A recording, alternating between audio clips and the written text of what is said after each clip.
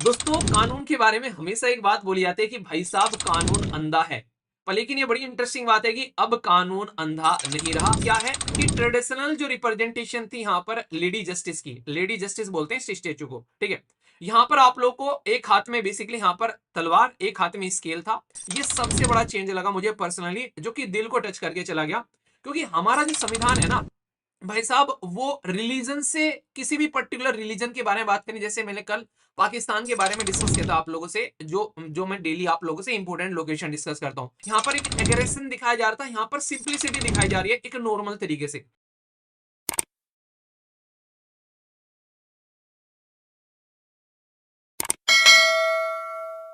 दोस्तों, कानून के बारे में हमेशा एक बात बोली जाती है कि भाई साहब कानून अंधा है। पर लेकिन ये बड़ी इंटरेस्टिंग बात है कि अब कानून अंधा नहीं रहा। क्योंकि अंधा जो कानून था, जो आंखों पे पट्टी थी, वो पट्टी हटा दी गई है भाई साहब। तो यानी कि अब कानून को दिखने लगा है। आखिर अंधा क्या था, इसका क्या मतलब था, और पट्टी हटाने के बाद में क्या मतलब है, वो तो मैं डिस्कस करूंगा ही करूंगा। साथ ही साथ में कानून के हाथ में तलवार थी कि भाई साहब यानी ठिकाने लगा देंगे अगर किसी ने गड़बड़ की। तो इसका मतलब था कि जो भी कानून है उसको एनफोर्स करेंगे जबरदस्ती, ठीक है। पर लेकिन अभी क्या किया गया, कानून के हाथ में संविधान आ गया तलवार की जगह। तो इसका क्या मतलब है, तो ये एथिक्स के पॉइंट ऑफ से बड़ी इंपॉर्टेंट टर्मिनोलॉजी आप लोगों में समझाऊंगा यहाँ पर। और डायरेक्ट क्वेश्चन भी पूछा सकते हैं कि क्या क्या चेंज किया गया है अभी यहाँ पर। तो चार चेंज किए गए जो आप लोग यहाँ पर याद रखेगा। पहले तो यहाँ पर जो कानून है बेसिकली उसके बारे में बात करें, दाएं हाथ के अंदर में यहाँ पर समाज में बराबरी का प्रतीक तराजू आप लोगों को देखने को मिल रही है। अगर आप लोग ध्यान से देखेंगे, यहाँ पर आप लोग देखेंगे, यहाँ पर ये पर्टिकुलर, तो इसके एक हाथ में एक तराजू है, जो प्रेजेंट जो पर्टिकुलर स्टेचू है उसके बारे में बात कर रहा हूं। दूसरा, आंखों पे जो पट्टी है वो पट्टी यहाँ पर हटा दी गई है। तराजू कहती है कि बराबर सबके लिए इक्वल है भाई साहब।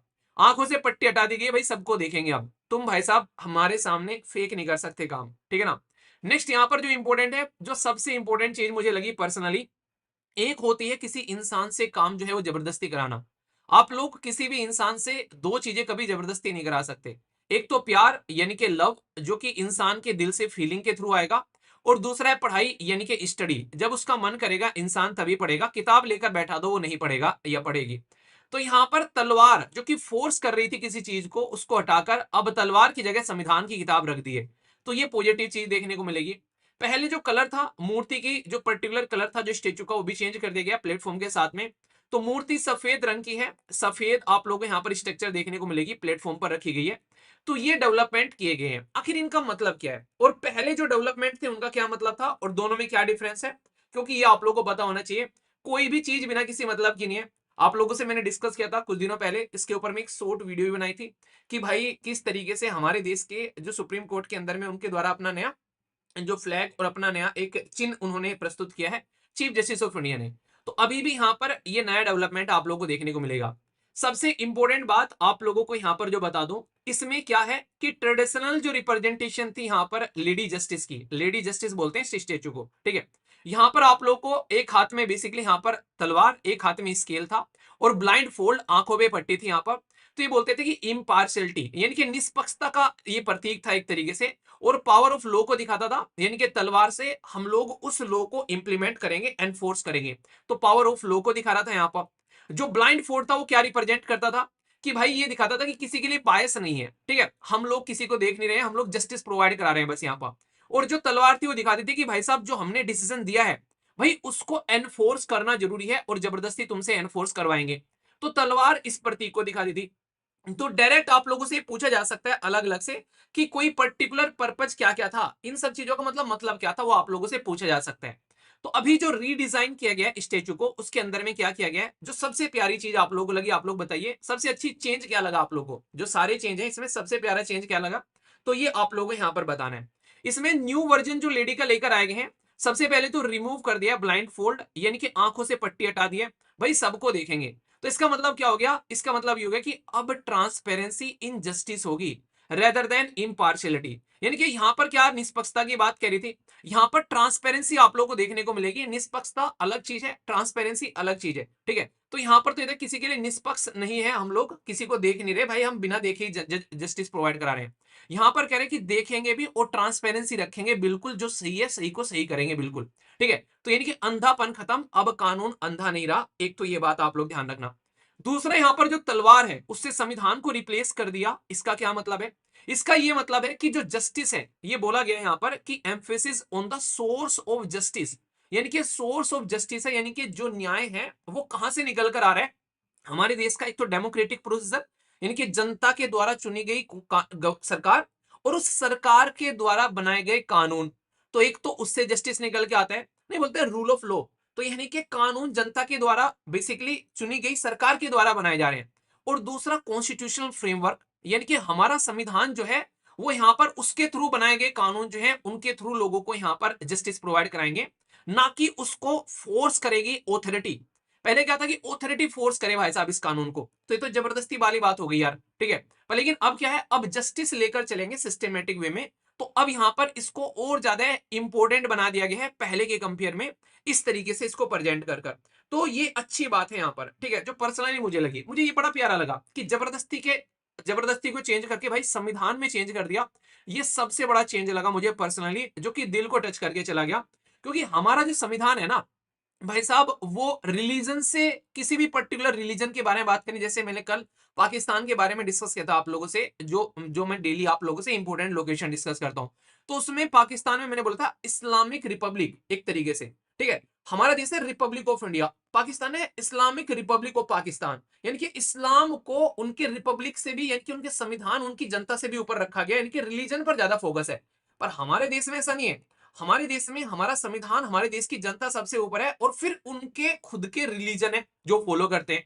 तो ये डिफरेंस आप लोग पाकिस्तान में और भारत में, फंडामेंटल डिफरेंस आप लोगों को यहां पर नजर आएगा। अब जो सिग्निफिकेंस क्या है इन चेंजेस का, तो ये बताया गया कि अब जो ब्लाइंड फोल्ड थी उसको रिमूव करने का मतलब ये है, अब विजिबिलिटी और फेयरनेस आप लोगों को देखने को मिलेगी। यानी कि अब कानून बोल रहा है कि मैं अंधा नहीं हूं, मैं आंखों से सब कुछ देख रहा हूं, और देखकर, और मैं अवेयर हूं, और अवेयर और इक्विटेबल वे में सबको इक्वल ट्रीटमेंट देते हुए मैं जस्टिस प्रोवाइड कराऊंगा। अब ये मत बोलना कि भाई कानून की तो लेडी अंधी है, कानून जस्टिस ही क्या करेगा। पहले ऐसे कटाक्स कटे जाते थे, पर अब वो कटाक्स नहीं कसे जाएंगे। जो यहाँ पर जो तलवार जो है उसको रिप्लेस कर कर जो संविधान लाया, तो इंडियन जस्टिस को यहाँ पर बोला जा रहा है अब रूल ऑफ लॉ को फॉलो किया जाएगा, जो कि हमारे देश के कंट्री का लीगल सिस्टम भी एक तरीके से दिखाता है। आप लोग को एक बात याद है ना, हमारे देश के अंदर में नेशनल जुडिशियल अपॉइंटमेंट कमीशन आया था, उसको सुप्रीम कोर्ट ने ठंडे बस्ते में डाल दिया ये बोलकर कि ये इंडिपेंडेंसी, यानी कि हमारे देश की जो जुडिशरी है उसकी आजादी को भाई हर्ट कर रहा है। यानी कि हमारा देश एक तरीके से अलग अलग पार्ट में काम करता है, जुडिशरी अपना काम करती है भाई, कानून देखती है किस तरीके से सरकार बना रही है, संविधान के हिसाब से बना रही है कि नहीं है। अभी हमारे देश के अंदर में इलेक्ट्रोल बॉन्ड स्कीम थी, तो सरकार ने कानून बना दिया, पर क्या वो कानून संविधान यानी कि कॉन्स्टिट्यूशन के हिसाब से है? सुप्रीम कोर्ट ने चेक किया, उसको लगा नहीं है। एक आर्टिकल का हनन हो रहा था, बताइए कौन सा आर्टिकल है, मैंने हजारों बार बताया। तो सुप्रीम कोर्ट ने बोला कि यार इसका हनन हो रहा है, इसको ठंडे बस्ते में डालो उठा के। वहां भी मैंने आप लोगों को ये बात समझाई, समझ में आ गई थी ना वहां पर। तो ये कहीं ना कहीं क्या करता है कि हमारे देश के अंदर में जो लीगल सिस्टम का जो डॉक्यूमेंट है भाई साहब, वो रूल ऑफ लॉ के हिसाब से होना चाहिए, और वो भी एक तरीके से हमारे संविधान के हिसाब से होना चाहिए। तो अब यहां पर बोले कि देखकर समझकर अवेयर होकर सबको इक्वल ट्रीटमेंट देंगे, अब हम लोग अंधे नहीं है।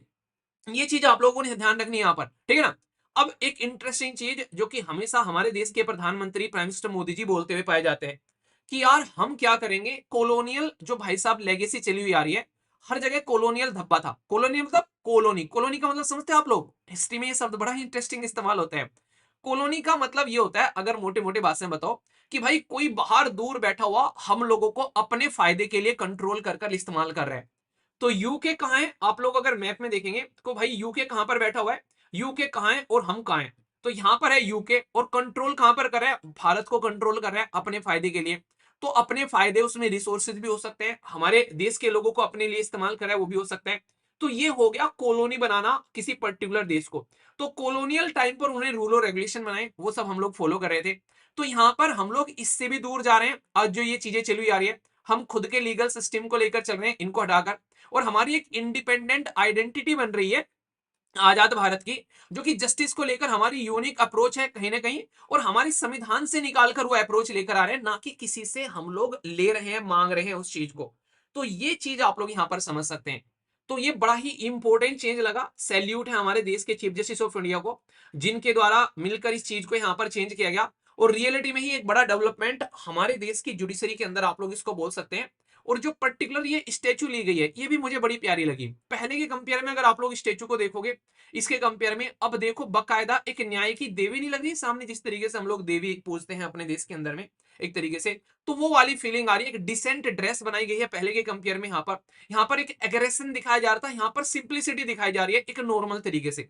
तो वो वाली भी पिक्चर अगर आप लोग थोड़ा सा एनालिसिस करेंगे, तो ये चीजें आप लोगों को यहाँ पर देखने को मिलेगी। ठीक है, तो एक तरीके से न्याय की देवी अब आप लोग यहाँ पर इसको बोल सकते हैं, इस पर्टिकुलर स्टेचू को। ओके, तो ये था पूरा का पूरा टॉपिक। तो बताइए क्या अभी यहाँ पर अगर इसका एक मैं आप लोगों को ओवरव्यू दूं, तो क्या दिखा रहा है कि जुडिशियल सिस्टम के अंदर में हम अब डेमोक्रेटिक वैल्यूज, ट्रांसपेरेंसी और कॉन्स्टिट्यूशनलिज्म के ऊपर में फोकस दे रहे हैं, और कॉलोनियल जो दुनिया थी उससे दूर हट रहे हैं। इसलिए हम लोगों ने पहले के कंपेयर में अब जो चेंज किए गए हैं, अब वो चेंज आप लोग को इतने प्यारे यहाँ पर देखने को मिलेंगे। ठीक है, समझ में आ गए यहाँ तक? कोई दिक्कत, कोई समस्या, कोई परेशानी तो नहीं?